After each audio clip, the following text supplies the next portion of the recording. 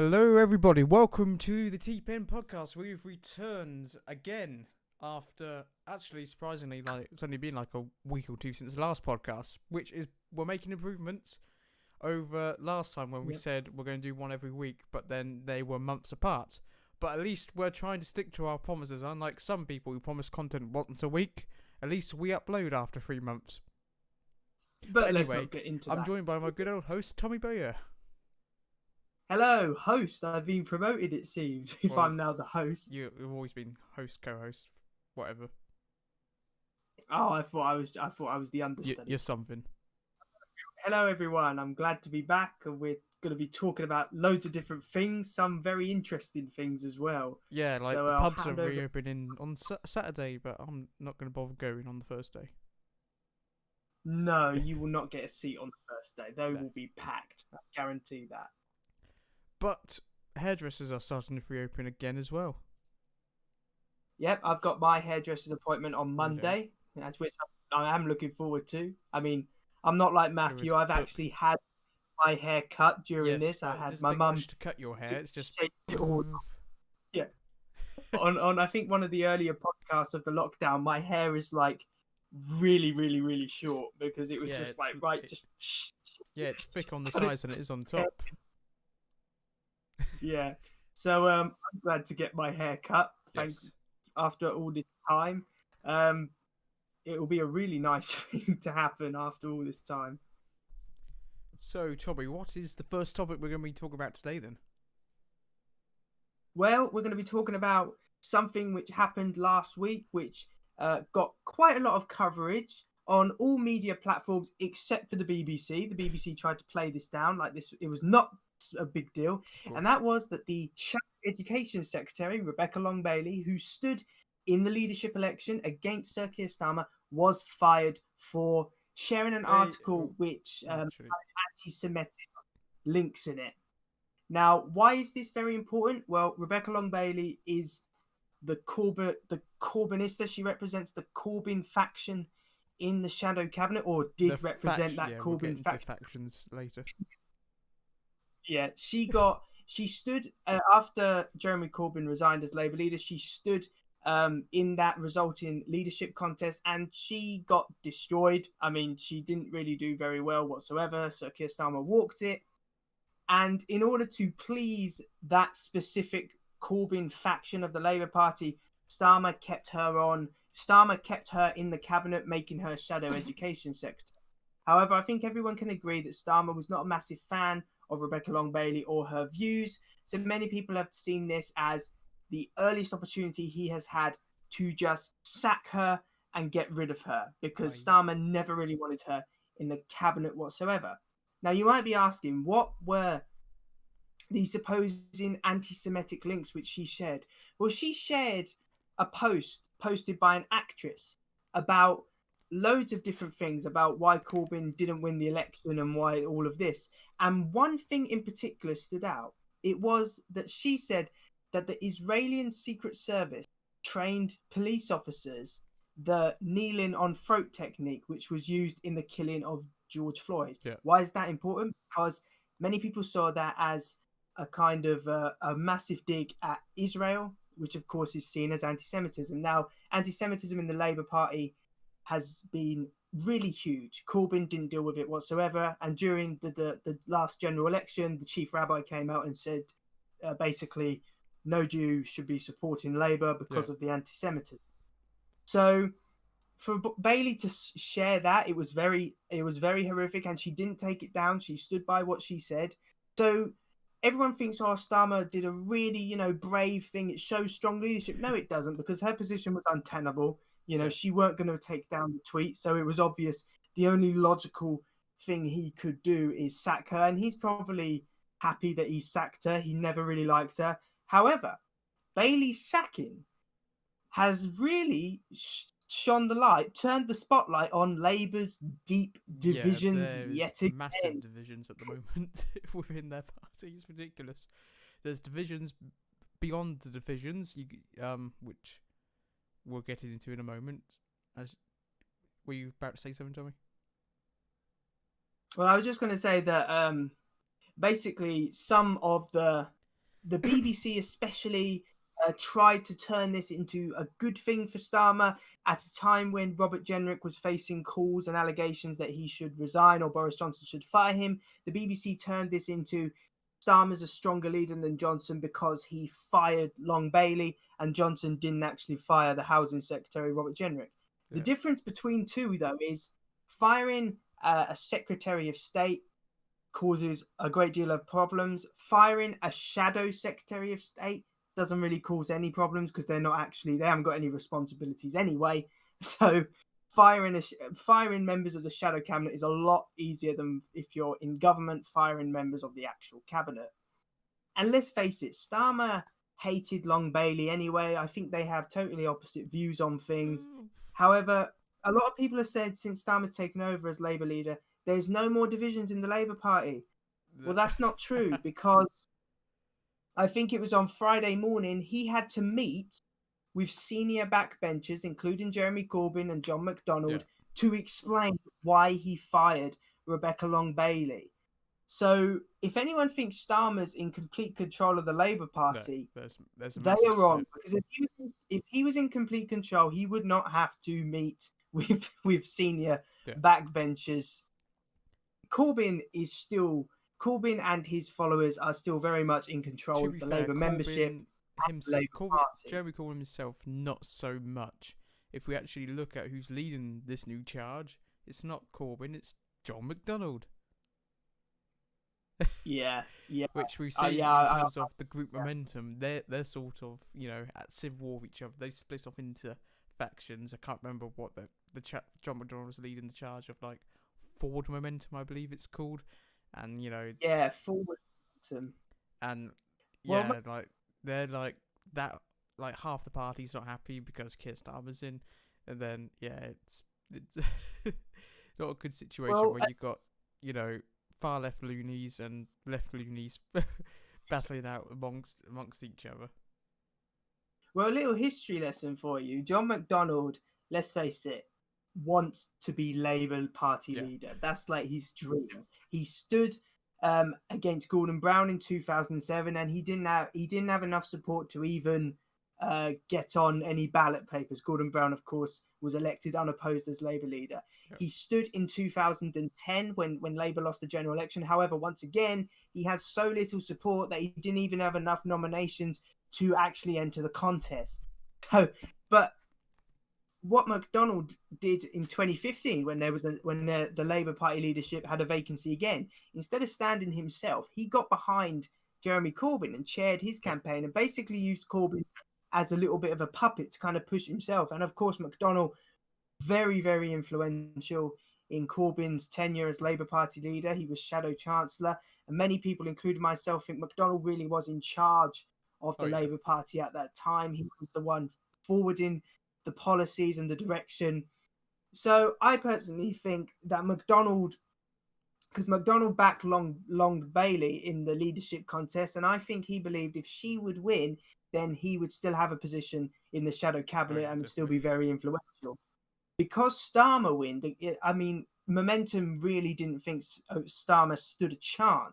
Because Starmer won, McDonnell and all his allies found themselves on the backbenches again. And now that Long Bailey's out of the shadow cabinet as well, there doesn't seem to be someone representing the Corbyn faction within the shadow cabinet. Starmer's trying to build a more soft left power base, not the hard left which McDonnell and his allies represent.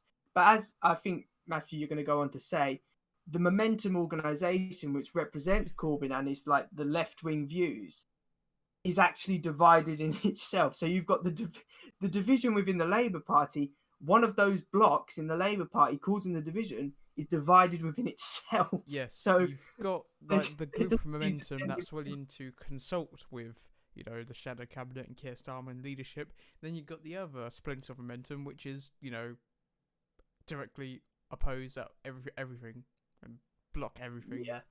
Yeah. So at least one group that wants to get out Keir Starmer at least are willing to somewhat support and consult and communicate with Keir Starmer, whereas you got the other loonies that they're so stubborn they won't budge their position, and like unless you like bring back Comrade Corbyn, bring back Marxism and socialism, and you know let fly the red flag again, then we're going to oppose every single thing you stand for. Which Well, the group that's trying to consolidate with Starmer, kind of if you look historically, is kind of like the left-wing groups when Tony Blair was elected Labour leader. They didn't really like him. However, Labour had been in opposition for so long that they kind of got behind him just to get Labour back to power. So that consolidating group is trying to do that again with Starmer, because Labour's been out of power for over 10 years now. So, and the last general election gave them their lowest seat tally since 1935. So they're in a very bad place at the moment. However, the group which really wants Corbyn and push his agenda and all of that, Labour is very, very divided. You don't hear a lot about it on the BBC. They always talk about the Conservatives being divided and Boris could face like a vote of no confidence in him. However, Labour is not much better, even worse. Starmer's got until 2024 to turn this party around. And I think by sacking Long Bailey, that is progress of a sort. However, it's had such a significant backlash within the Momentum organisation and certain factions of the Labour Party that I don't really see him posing much of a threat to Boris Johnson until he gets his party united. And I don't think Starmer has the charisma to unite the Labour Party behind him. Keir Starmer has no charisma behind him. Candidate. He's not going to unite them, I don't think. Yeah, he doesn't. He certainly doesn't have the charisma, that's for sure. Like when I listen to him speak, it's like listening to the tannoy at Tesco's going, "Clean up in aisle 4." Yeah, clean up. How he talks he's got no charisma. Yeah, he's not a leader, that's for sure. Because you've seen with Keir Starmer, like he's getting attacked from both sides, like with the Black Lives Matter stuff. There's a picture of him taking the knee, saying, "I'm showing solidarity with the Black Lives Matter movement." But now he's come out with a different opinion this week on the whole Black Lives Matter, and now he's being attacked by the Black Lives Matter movement. He's flip-flopping. I think Starmer said a lot of Starmer has a lot of similarities to Joe Biden in America. The fact that he's constantly flip-flopping on everything. As you said, this Black Lives Matter, a couple of weeks ago when it was at his peak, he was taking the knee and showing his support, and that was all over his social media.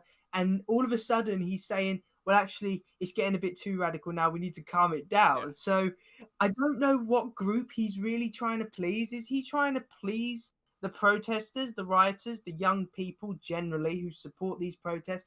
Or is he trying to get votes of Labour's more traditional, older, working class people who don't generally support the protests? Starmer's kind of trying to do both. And as Matthew said, if you hear him in the House of Commons, he's very boring, especially as Boris Johnson's starting to get his spirit back now. I think Boris is getting more confidence now. There's more MPs in the House of Commons. He's getting a bit more like, that's it. He's starting to get growing confidence. And Starmer's basically a lawyer. He's got a very dry personality and just says the government hasn't done this right or that right. But there's no wit there. There's no kind of laughter from Labour's backbenchers. They're all kind of just sitting there like, yeah, all right, that's good. So at the moment, I mean, we don't know, but I don't see Starmer being a future prime minister. I just don't think he has what it takes to win over those Northern Heartland seats, which he needs to win in order for Labour to come to power. I just don't see him winning them. Yeah. I think that's what we're going to leave that topic there. Move on to the next one. So, Tommy, which is the next topic we're going to talk about today? I'll let you choose. Well, of course, there's been a lot of massive news this week that the Cabinet Secretary has announced his intention to resign within the next couple of months. And this has caused massive outcry amongst certain people, because this is part of Boris Johnson and Dominic Cummings' massive shake-up of the civil service, which, let's face it, especially during the Brexit process, the civil service was very biased when it came to the Remain side, and Yeah. they've basically been acting like they're the government when they're not. The civil service is supposed to be just advisors that Well, advise to be the fair, the government civil on service government during Theresa May's tenure were pretty much running the country. Let's be real. Because you had a government that well, yeah, wasn't because functioning properly, so the civil service pretty much was running the country under Theresa May. But now Boris is coming with his majority.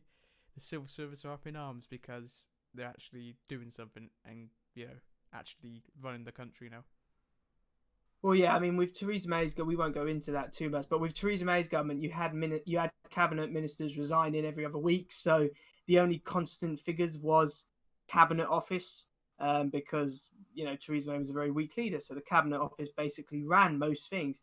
And as you said, now Boris Johnson is here with a very strong majority in the House of Commons. The civil service have found out that actually they don't have the power they used to have. Yeah. So the cabinet secretary has resigned. We don't know who's. I don't think they've announced who will replace him. I don't think they are However, replacing him. however, it looks very much like we're going to see a massive shake-up with the civil service. Cummins has announced there's going to be loads of changes to the civil service to try and improve them and make them more neutral in terms of the political debate. Dominic Cummings' whole premise and theory, like people say, oh, is he a left-wing socialist or right-wing, capitalist or whatever? Because no, Dominic Cummings believes in his main thing. He believes in is efficiency. That's his whole thing. He wants to make a system that's efficient and doesn't have lots of loose ends, lots of wasted roles, and essentially just trying to slim things down, make things run more efficient, more smoothly, not having to have loads of layers that are completely just bogged down the efficiency of getting things done, and also spending as well. So we've seen so the civil service, they're like Dominic Cummings at the moment because, well, they're folding roles. You see them. Well, we saw like the Cabinet Office National Security Advisor role that was created by Theresa May. That's gone. David Frost, who is currently the negotiator to the EU, he's going to be taking up the role of National Security Advisor as well as continue on with the Brexit talks. As for the civil service and cabinet, I think that role as a whole is folding, and yeah, because people are complaining because how can Dominic Cummings, an unelected person, get rid of a civil service person who was sitting in cabinet who is also unelected by no one? Where's the logic? A lot of things have been said that certain aspects of the civil service will be given to cabinet ministers instead of the civil service being responsible for them. As a kind of, and it's very true what you've said and what Dominic Cummings said. Instead of having 3 people doing one job, you have one person doing one job. Yep.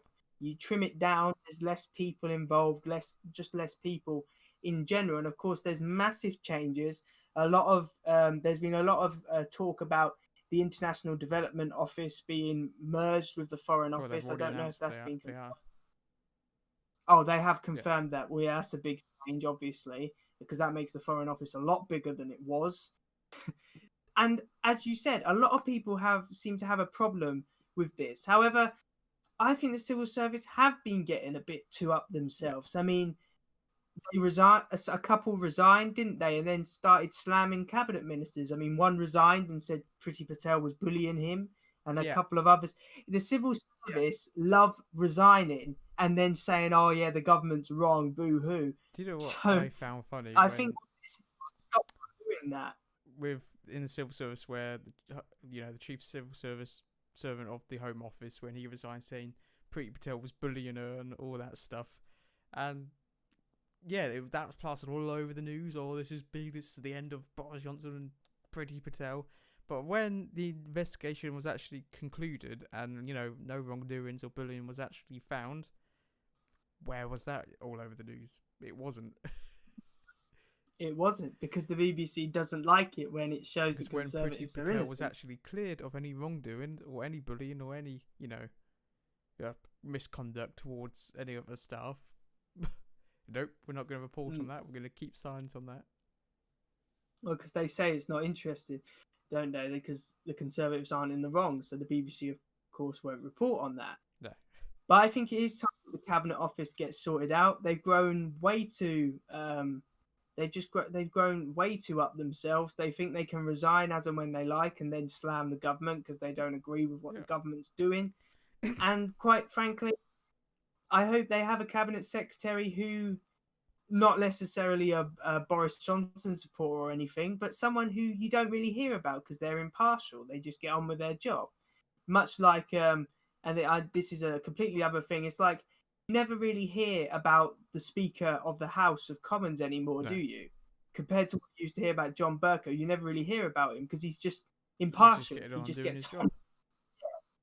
And that's what they should be. I think these impartiality is slowly returning to areas of government where it should have never left, which is a good thing. I think it's a good direction the country's going in terms of that.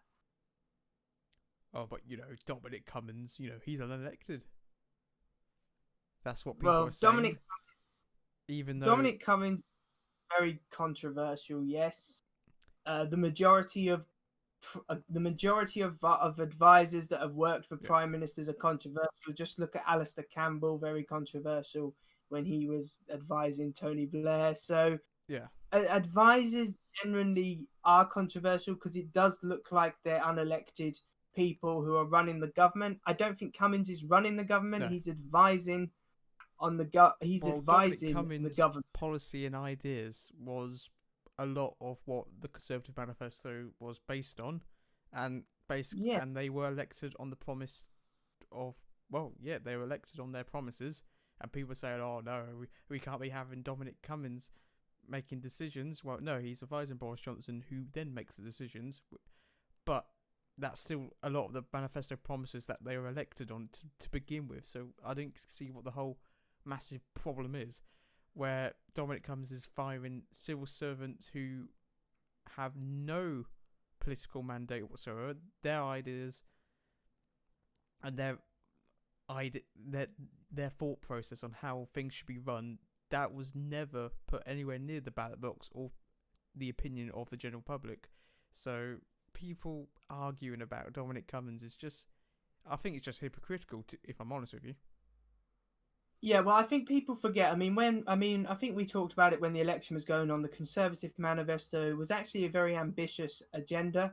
A lot of people say it weren't. However, it contained a lot of ambitious workings, and so far they've actually started to commit to a lot of the stuff they did in the manifesto. I mean, they've passed a bill which is to end freedom of movement from the EU, which you haven't actually heard a lot about on the BBC. However, I think you'll find that I think the majority of Labour MPs voted against this, so they haven't learned a single thing since the general election. However, that was in the Conservative Manifesto, and they've stuck to that, and they promised massive changes to Whitehall and how the civil service operates, and they're starting to enact that. Dominic Cummings is never going to be popular after the lockdown, after all the lockdown controversy, and whether you agree or disagree that he broke lockdown rules, he's never going to be popular again. He weren't very popular to begin with. However, that will always hang over him now. I think everyone's clear about that. Whenever something's said against the government, even if it's something stupid about, like, I think it was about Robert Jenrick, when there was those controversies surrounding him. So there's always people on Twitter who bring up, oh, well, when just drive to a castle and act like you're going into self-isolation or something.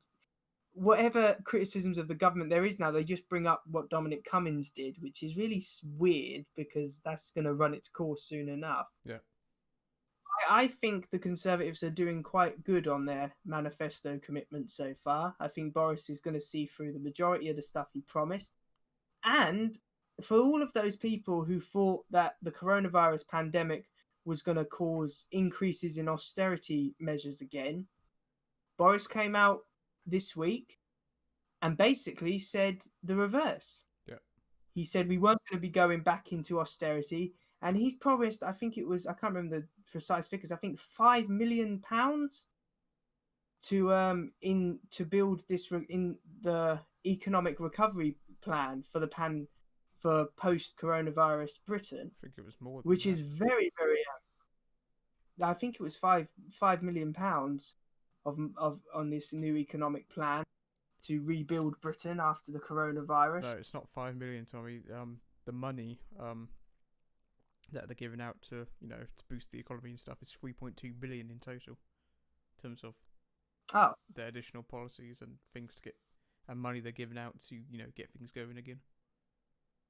well, I'm sure I read 5 million, but Oh, you probably I getting probably confused with the figure of 500 million that they're giving out to councils. right. Okay. Well, even so, it's a very large Yeah. sum of money which they're going to be giving out, which I think is good because I don't think anyone wants austerity measures placed on Britain again because we've had nearly 10 years of austerity, and I don't think austerity would really help the economy recover after something like this. No. I think I know it is borrowing, however, it's controlled borrowing to try and rebuild this country, and I think under Boris Johnson and Rishi Sunak as Chancellor, I think they will rebuild Britain. Yeah. I think our economy, compared to other countries like America, for example, I think our economy is doing reasonably okay. It is going down, however, we're not in recession yet, And we are which we've all got to slowly, be thankful. and also the month of July is the gradual reopening of many businesses to try and get the economy moving. We saw last week majority of non-essential shops reopen, trying to get all that moving again. So we're going to see hospitality businesses reopen. That's going to get some things moving again. Restaurants, pubs, and hotels. So that though, just how at what capacity and how that's going to affect businesses going forward, because of course with all the social distancing measures they are going to be running at reduced capacity, so that still remains to be seen just how that will affect businesses. But it's all about trying to get the economy moving again, so we don't dip down into a recession level, so we don't have to slam the brakes on the economy, have to borrow or massive amounts of money, or impose austerity measures. So it's slowly about getting things running again, but also making sure we don't dip below bad levels. Yeah, well, that's one of the main things. I mean, all these ambitious economic plans he's got is he said he already had them planned before Yeah. coronavirus uh, became the pandemic. However, he has said that he thinks the country needs it more so now that coronavirus has happened. Yeah. And I think he's doing partly because the Conservatives represent a lot of northern seats, which are usually quite poor areas and left behind compared to a lot of areas in the south. So I think these economic plans are to try and improve living standards for those living in the north of England, so then he can hang on to those seats in future general elections, which is a good idea if you help the constituencies which you've been elected by. So Boris is clearly trying to do this in order to hang on to those northern seats. Yeah. I think it's a very ambitious plan, and Well, we were saying I that think before the coronavirus happened, because he was that we were on course, for big, infrastructure upgrades and big reforms. We were saying this yeah. before the coronavirus pandemic. Yeah, and I'm just really happy we're not going to return to austerity measures, because austerity measures can only go so far. I think they needed to happen in Yeah. 2010 because there was just nothing left. However, I think continued austerity, because we've already had quite a lot of austerity already. I don't think that it would be the right decision to go back to just cutting loads of public sector Yeah. money, especially the coronavirus pandemic. It's a new kind of Well, economic difficulty. this So goes back to I what we said at the start. yeah, What was that, Joey? I think investing in infrastructure and that to try and improve the nation after this pandemic is a good idea. I Yeah. think it will work. Well, this sort of goes back to what we said, at the start of the pandemic on one of our first, coronavirus podcasts, of what will this mean for the future? Because we suggested, will they, put taxes up? Will they, increase borrowing? Will they, resort to austerity again? We discussed all that. One of my ideas was that they're not going to do that, but we talked about Boris's, big ambitious plans. We said after the pandemic, is it possible that we're not going to see, them big ambitious plans put into place? It's possible. It could be argued it's not quite as rampant and as extensive, and as fast paced as we were originally going to see. But it's good to see that Boris isn't slamming the brakes on everything and saying, oh, because of this pandemic we can't do anything now. He's still going ahead saying we're still going to do this, we're still going to do that. Maybe not quite as the extensive rate as which he originally promised, but given everything that's happened, you can't really blame him for doing that. Well, no one saw this coming. I think anyone who says they did is lying. No one saw this pandemic coming as it did.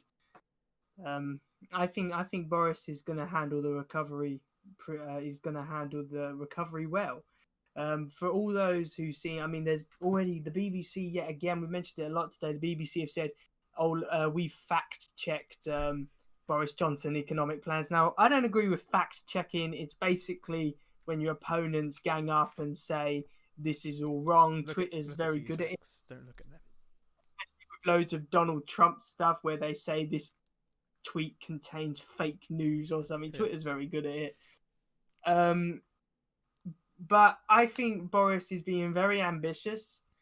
He's saying it's not going to be easy. However, it's got to be something that we have to do. And I think he's right. I think the Conservative MPs, the majority of them are behind him on this, and are voting for his agenda. The problem is, due to the media, you only really hear about the one or two elderly Conservative backbenchers who are still angry that Margaret Thatcher is not Prime Minister anymore. So I think the majority of Conservative MPs are behind Boris as he goes in this new direction. Yes. So I think we're going to move on in terms of big reforms that are coming. We're going to talk about the big one that was passed this week, which was Priti Patel's and the Home Office and Boris Johnson's, you could argue, new immigration policy and laws that they finally passed into law. Well, I say pass into law. It won't take effect until the transition period of the Brexit transition period ends. So it won't come into effect until then, but it's all pretty much there, ready to go. Just when the transition period ends, then that becomes proper law. It's opposed to EU law overriding the immigration policy. Yeah. But we saw a massive majority for this bill passed in, which is not just ending free movement. That was easily done. Just to put a thing into law saying we would end free movement between the EU and all that stuff. But it wasn't just an end to free movement. It was the actual immigration policy reform that they were promising for so long. The points-based system and all that. That was what they actually passed today. Which everyone was saying, oh, they're not going to be able to get it sorted by December, and that they're not going to be able to do it. But the fact that we're in July and they've already done it just shows that they've not been sitting around doing nothing. They've actually put their heads to it and finally got it completed, all thought through and passed into law. Yeah, well, various governments have flirted with the idea of a points-based immigration system. David Cameron was very keen on the idea, however, never actually implemented it. That's probably due to the Liberal Democrats being in the coalition, so he just didn't have the numbers to implement it. However, Boris, for anyone who thought that this bill wouldn't pass, really doesn't understand how the House of Commons works, because with an 80-seat majority, it's damn well going to pass. Yeah.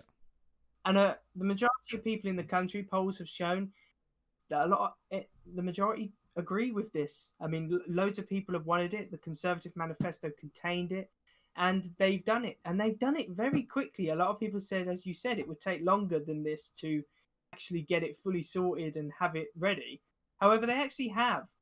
And the EU are a little bit unhappy because the EU thought that one way to a trade deal would be that Britain has to keep free free movement They're like, with nope. EU states. However, they finally figured out with this bill being passed by such a big margin that, We ain't oh budging. dear, we're going to get that. So the EU are a bit nervous at the moment, aren't they? Because they haven't got a lot. They haven't got very long now Yeah. to get a trade deal up and running. And whereas Britain's, I mean, everyone's been having a go at Britain for how we've been acting during these negotiations. Well, we've been getting on with stuff, We've and been getting getting on with getting, our negotiations getting with the EU and also it's negotiations around the world. yeah. I mean, Liz Truss had negotiations with New Zealand. Was it New Zealand or New Zealand, Australia? I think it was. Australia, Japan, America, they're Yeah, all going ahead. a lot of trade negotiations. So the EU's kind of just sitting there now thinking, hang on, Britain's got all of these things lined up, and we're still sitting here not knowing what we're doing. So yeah, I think we're definitely on top of the EU Yeah. negotiations at the moment. The the EU don't stand a chance.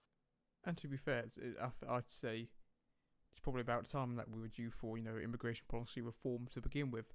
Though it remains to be seen just exactly how the government's going to use it, because, as we all know, an immigration points-based system, it can be used basically for the government to get exactly what they want. So it can be used to potentially increase the numbers, it can be used to decrease the numbers. So it remains seen just exactly how, but the way they've been talking is that yes, they are going to use it to reduce numbers, but they're also going to use it to more tailor pick, instead of which I still think they're going to allow in more unskilled workers come into the country to fill Yeah, jobs.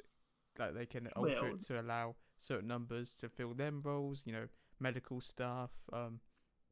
But the main but their main about talking points they've been going with is we're going to use it to find more highly skilled immigration, STEM based immigration, doctors, scientists, engineers, computer scientists, and all. That's them. That was their main talking point on, the type of people that they're going to let in. But it remains to be seen just exactly how they're going to control the numbers. Like, what numbers are they going to let in? Like, basically this gives the government the power to properly control. So it's up to the government now on just how they're going to go forward with what they've got now. yeah. Well, the main thing about this is to you don't just let anyone come in as and when they Yeah. want and leave where as and when they want. This is about getting back. I know it sounds corny, taking back control of the country. And of course, a lot of people have already said that they've broken this already because, of course, Boris has said that a lot of Hong Kong citizens can uh, be kind of fast tracked to get their citizenship Yeah. in the UK quite quickly. And a lot of people have said, "Oh, this is against the immigration things and all that." However, we won't get into that because that's a completely different No, that is in special situation. circumstances because Hong Kong used to be under the Commonwealth, owned by the UK, and the big political issues that are going on at the moment, which can be argued in special circumstances. Dictatorship. We all know Yeah, that. There's China pretty is much. there's no going around it. There, they are a dictatorship. And I, what I they think I are in think China. I think I think that we've good. I think that it's good that they've got strong immigration system enacted now. What I find funny is that this could have been Labour's chance to show northern seats that they finally learnt their lesson and are going to start listening. However, no, they voted against it. So just shows you Labour are never going to learn. And if they get in power again, especially If if they get in the way they are now, if they would just reverse all of these immigration policies right now. yeah, So what can you say? Labour's just a shell shocked, divided party, whereas the Conservatives are probably more getting stuff united than done. they've been all the time. The part they're actually getting things done, which Labour can't. No, Labour just can't. So, have we That's got very anything else true. you want to add before we end today's podcast? We've discussed the main topics that we're going to set out. I don't Anything else you want to add? I don't think I've got anything else to add. I think the only thing I would say is for when all the pubs and restaurants and all of that start opening, You're gonna buy me drinks. Don't go crazy and just rush down there. And we've seen, images of beaches which have been packed with no one following social distancing. And from someone who works in retail, a lot of people think that this crisis is over and they don't have to follow any of the things we've got in place anymore. So just be courteous. Yeah.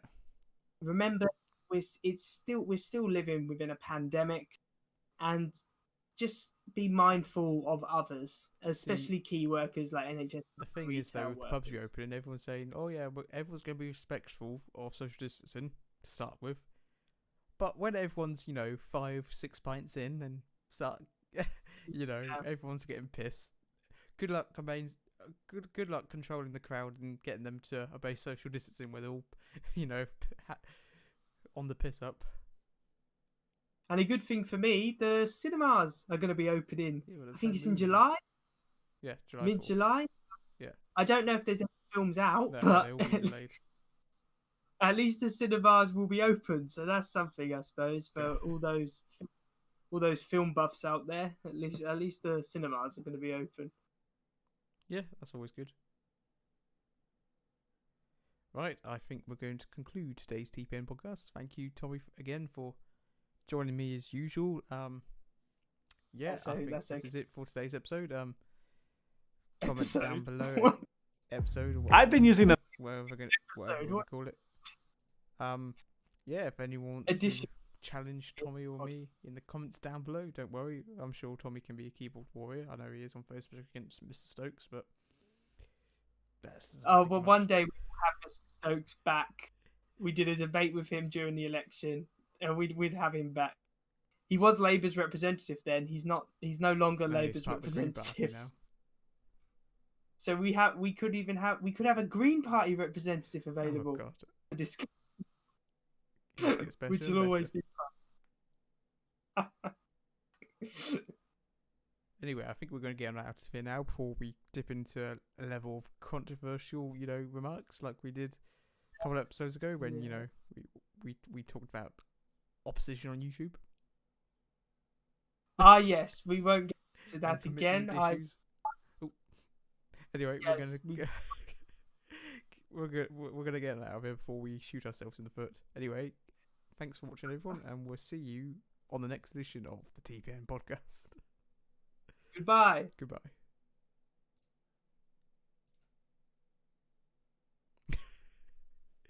Commitment tissues.